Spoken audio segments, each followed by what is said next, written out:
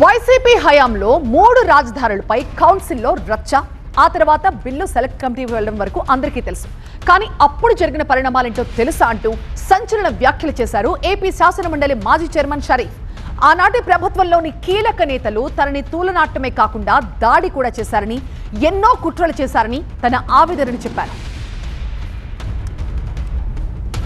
ఏ రకంగా ప్రవర్తించారో ఆ రోజు కనుక విజువల్స్ ఉంటే ఈ వైఎస్ఆర్సీపీ పార్టీని ఎవరు కూడా నమ్మేవాళ్ళు కాదు. కుర్చీల మీద ఎక్కారు, బెంచీల మీద ఎక్కారు, నా టేబుల్ దగ్గరకు వచ్చారు, నానా మాటలు చెప్పారు, ఏకవచనంతో మాట్లాడారు, తిట్టారు.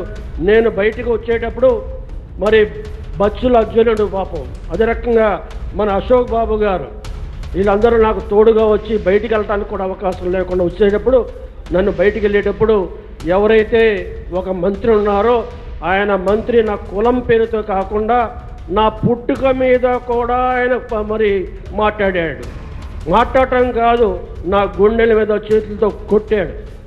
ఆ రకమైన పరిస్థితులు కేవలం సత్యం కోసం, ధర్మం కోసం, న్యాయం కోసం, ప్రజల పక్షాన నిలబడ్డ చంద్రబాబు నాయుడు కోసం సహించి ఓర్పుతో సహనంతో మళ్ళీ బయటకు వచ్చి సభా గౌరవం పోకూడదు, సభా గౌరవాన్ని కాపాడాలనే ఉద్దేశంతో వాళ్ళ మీద ఎవరి మీద కక్ష పెట్టుకోకుండా వాళ్ళు మళ్ళీ ప్రయత్నం చేశారు.